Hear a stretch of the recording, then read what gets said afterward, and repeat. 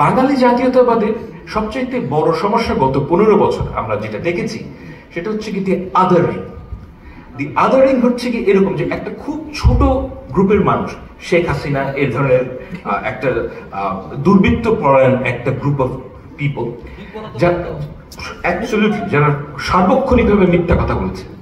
এবং শেখ হাসিনা এমন একজন মানুষ, উনি যদি বলেন যে আজকে শনিবার, আমি ওটাও বিশ্বাস করি।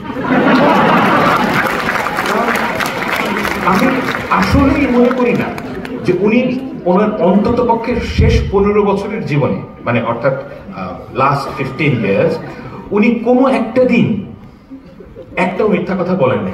এরকম কোনোদিন আমার মনে হয় যায়নি। Absolutely pathological liar. এবং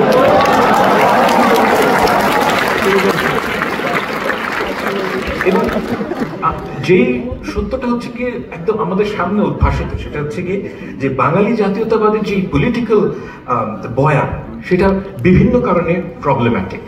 প্রথম কারণ হচ্ছে কি বাঙালি জাতীয়তাবাদে বলা হয় যে আমরা বাঙালি, কিন্তু এর যে তাদের যে ক্ষমতার যে এক্সপ্রেশন সেটা হচ্ছে কি এমন এক গ্রুপ অফ পিপলকে নিয়ে, তাদের জীবনে সেই জাতীয়তাবাদের কোনো আমি প্রমাণ কিংবা প্রয়োগ দেখি না। যেমন ধরেন বাংলাদেশের যারা ফিল্ম ইন্ডাস্ট্রি, কিন্তু আপনারা যারা অনেকে বয়স কম, কিন্তু আপনারা আসলে অনেকে জানেন না যেটা, যে ধরেন 90s 80s যারা সব সময় বাঙালি বাঙালি করতে করতে একদম মারা যেত, তাদের নিজেদের ছেলেমেয়েরা ইংলিশ মিডিয়ামে পড়ে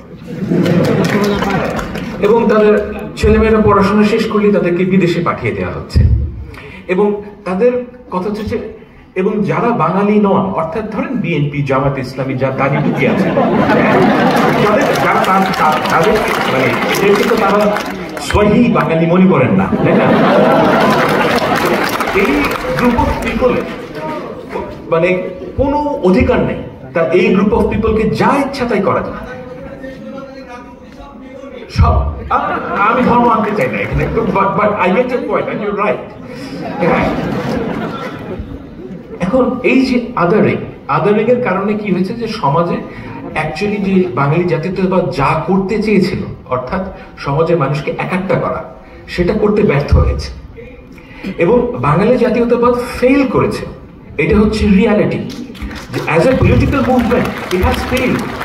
এবং কেন ফেইল করেছে?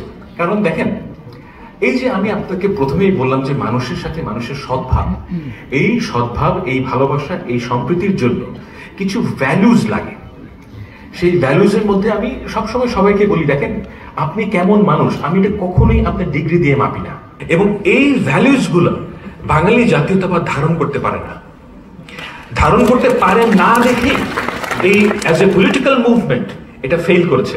আপনি দেখেন যে বাঙালি জাতীয়তাবাদের যারা ক্ষমতার কেন্দ্রে ছিলেন তারা কারা ছিলেন? এই যে সালমান এফ রহমান, কি দম্ভ ছিল লোকটা, বাবারে বাবা, ধরাকে সরাজ্ঞান করতে নেই। এই যে আমি মানিক, এক্স্যাক্টলি আমি এই যে আমার এত দুঃখ লাগতো যে একটা মানুষের এত দম্ভ হবে।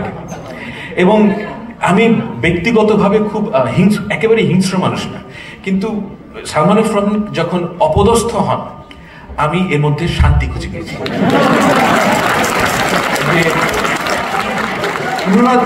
ওনারা এমন একটা সিস্টেমকে রিপ্রেজেন্ট করেছেন গত 15 বছর, যেটা প্রবলভাবে আগ্রাসী, প্রবলভাবে দুর্নীতিপরায়ণ, এবং সাধারণ মানুষের যে অত্যাচার হয়েছে।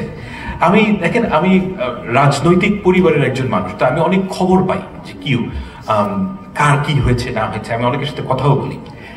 গত 15 বছর, বিশেষ করে গত 10 বছর, যারা দাড়ি টুপি পরা মুসলমান এবং যারা বিএনপি এবং জামাতের রাজনীতি করেছেন, তাদের যে কি দুর্বিষহ জীবন গিয়েছে এটা ব্যাখ্যা করার মতন না, অকল্পনীয়। আমি এমন একজনকে চিনি যার 8 বছরের সংসার শেষ হয়ে গেছে।